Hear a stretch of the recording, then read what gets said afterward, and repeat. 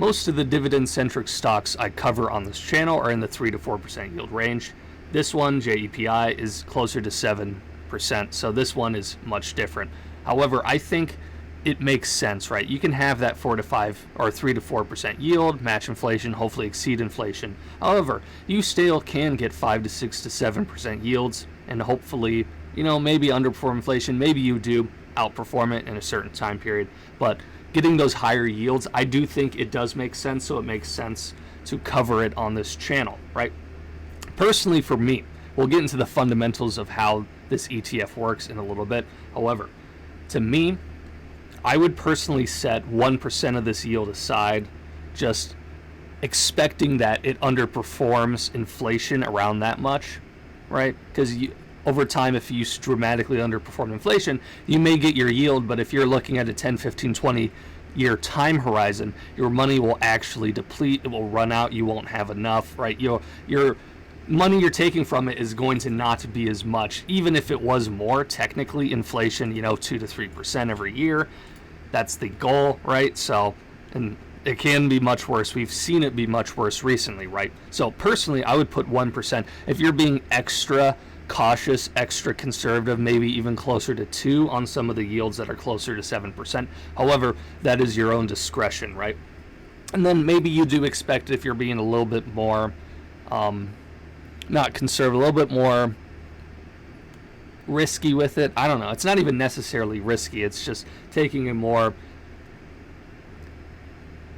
historically, 21% this has performed. It has outperformed inflation. This started right in the middle of COVID, early middle, right? So this particular ETF started not even 5 years ago. So I've said it before on this channel, the most important things for dividends is not necessarily PE, although the PE ratio seems fairly reasonable here. It is the history of the share price, right? Has this gone up? Does this go down? Whatever it may be, mixed with the yield, right?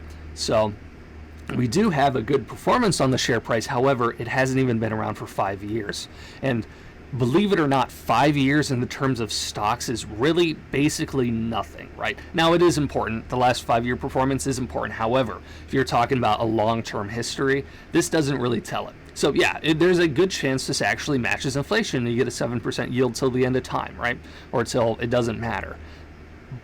But there's no guarantee of that. And we don't have a 20, 25-year track record to look back on with it like we do with other stocks, like plenty of the energy stocks, the REIT stocks. Coca-Cola's been around since the 60s. Much before then, but it's not even really point to look at it back then because so much changes in that time frame. But you get what I mean, right?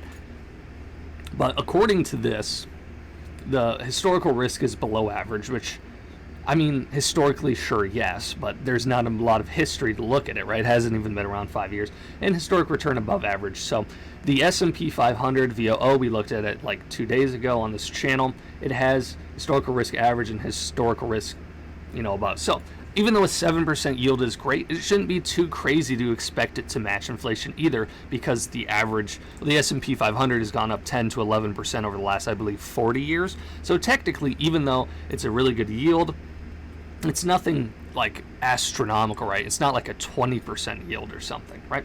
So we can also, if we dive into it, I'll actually read this because it's fairly quick. This fund seeks to achieve the objective by creating an actively managed portfolio of equity securities comprised significantly of those included in the fund's primary benchmark, the S&P 500 Total Return Index, and then 2, through equity-linked notes, selling call options. This is the main one, right?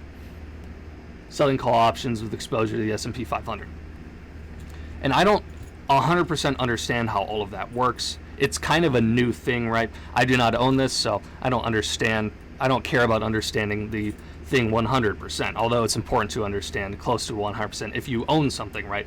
But this is basically, for my understanding, how they're getting the yield for the most part. And like I said, this is something that is relatively new. So that's just where the risk comes in for me with this. Other than that, I like it, right? Because it is in some sense diversified. If we scroll down here to the holdings itself, right? It's very, very diversified, much more so than the S&P 500, right? The S&P 500 is good. I like it. But as of right now, basically 30% of it is basically just the Mag 7, right? And there is the Mag 7 here, but it's playing by other. I mean, Progressive's the number one holding. Now I've covered on this. I've actually covered almost everything on this channel, actually. These are some decent companies, right? I've covered everything except, I think, NVIDIA so far, which is interesting. I didn't even do it like that. But, yeah, no. I mean, I like this. If I was to have a 7%, close to 7% yield portfolio, this would be one of the key holdings. But like I said, there is some essential risk to it, but it's a lot less risky than just an individualized, like a single stock that yields 7%, in my opinion. Now you'd want those. And I wouldn't just go 100% into this, but if you were having a not so diversified, 6 to 7% yield you were looking for, this one would probably make up a substantial part of that portfolio. It would for me, personally. Yeah, see, 5-year rating now available, 10-year rating because they don't even have it. But you get 4 stars, right? You're mainly large caps. You get some mid caps, no small caps. Not particularly worried about that. Yeah, no, I like it. You can look at all these little things around it. I mean, of course, there's no analyst for it like we usually do. We could look at some of the PEs, but like I said, generally it's not as important. I don't think this is what I want. Am I crazy? Yeah, I guess it's because it's an ETF. It's a bit different on Yahoo. But anyways, that's basically all I got for this video, guys. I just wanted to touch on the stock. I love it when Yahoo charts don't work. But yeah, hopefully you enjoyed this video. I think I covered this ETF how I wanted to. I like it. I generally do. Certainly for yields above 5, 6, 7%. This is one of the better ones in my opinion. Wouldn't go all in on it. That'd be a little crazy. And like I said, personally, I would set aside some percentage of it. Yield, just expecting it to underperform inflation and then reinvest that into it, right? Instead of taking that, because generally you may just reinvest dividends, but generally dividend portfolios, I would only have a dividend portfolio if I wanted it as supplemental income, but of course do whatever you want, right? But anyways, I hope you all enjoyed this video. I appreciate you for watching. If you enjoyed, I appreciate if you left a like or subscribed. I notice whenever someone subscribes, YouTube actually pushes the content out quite a bit. They're like, oh crap, people enjoy this, and then they give a few more views, and sometimes that actually snowballs decently well. But anyways, I appreciate you all for watching, and I'll catch you next time.